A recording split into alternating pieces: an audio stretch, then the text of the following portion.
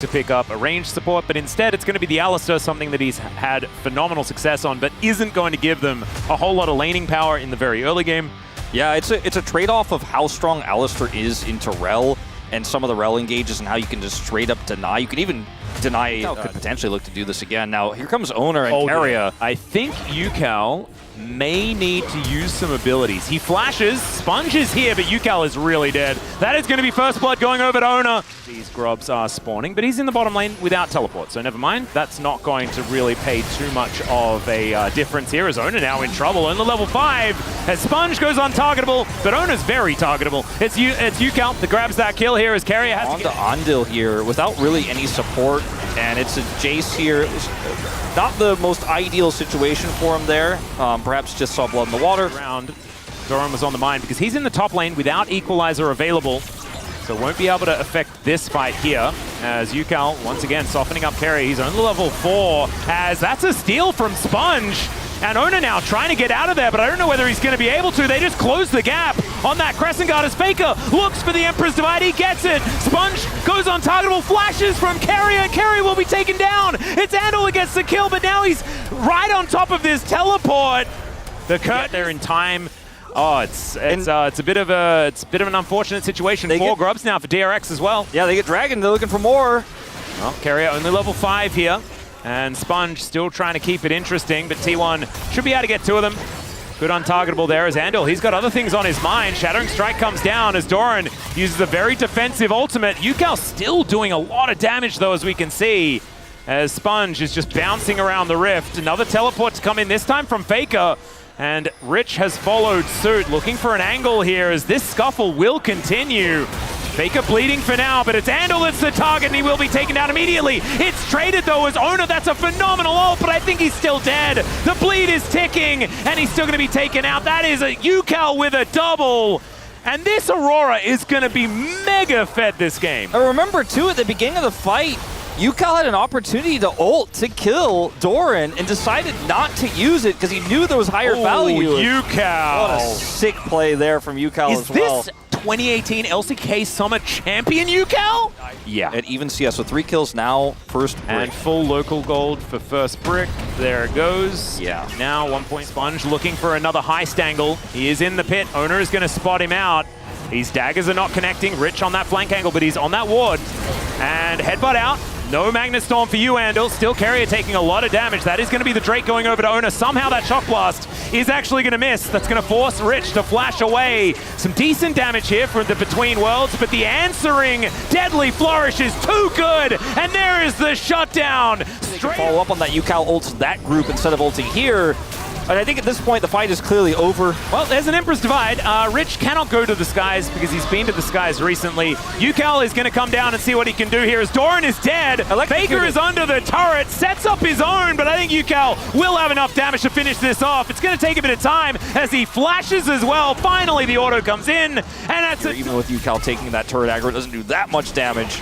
Yeah, getting the bone plating at the right timing there as well for Faker keeps him alive for that one extra. Well, he doesn't commit to it. They have some river vision. I think he certainly can commit to it. Yeah, he's pinging, and Andal is going to get headbutt pulled. Will need to get out of here, I think, and does do so. T1 will let him live for the minute.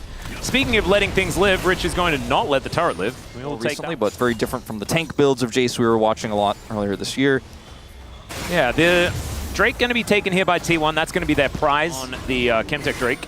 But there is also a Baron coming up. This is Yukal. Oh, there's another headbutt ball. Keria really wanted to pick up player of the match today, and I'll give it to him.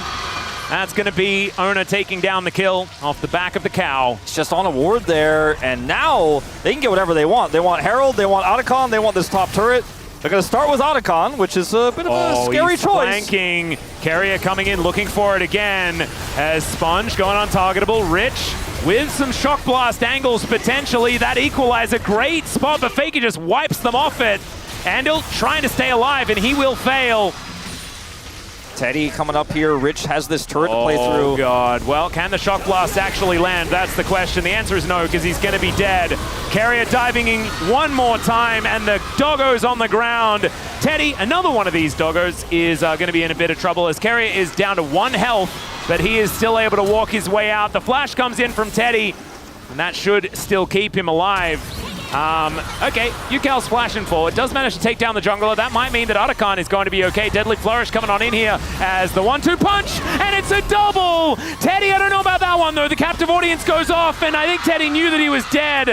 Guma just comes on. Otacon take, but Teddy does give his life for it, and we reset.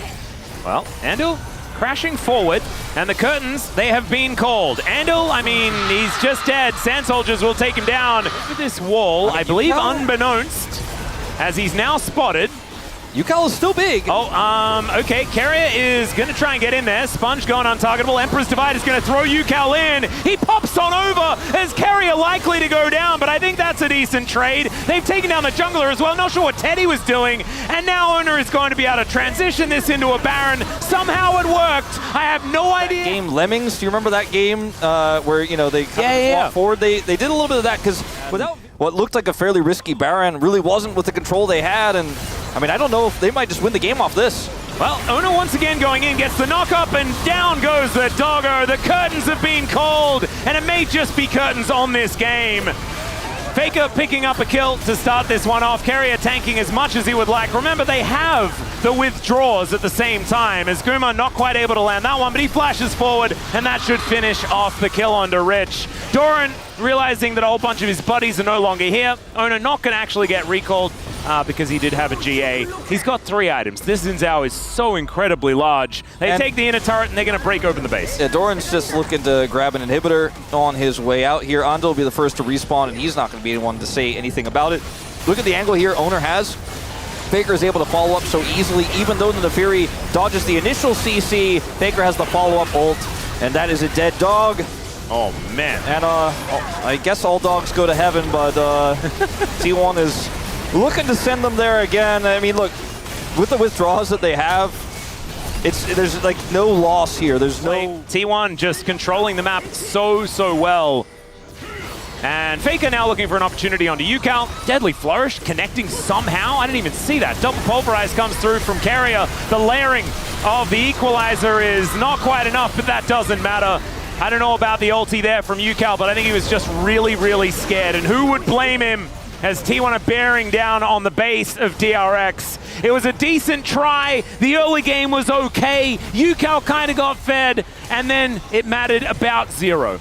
T1 are just so good at playing the map, so good at playing around vision. Their coordination is matched by very few teams in the world as Teddy is trying to hold the wave. I get he's dead. I mean, he might actually kill both of them.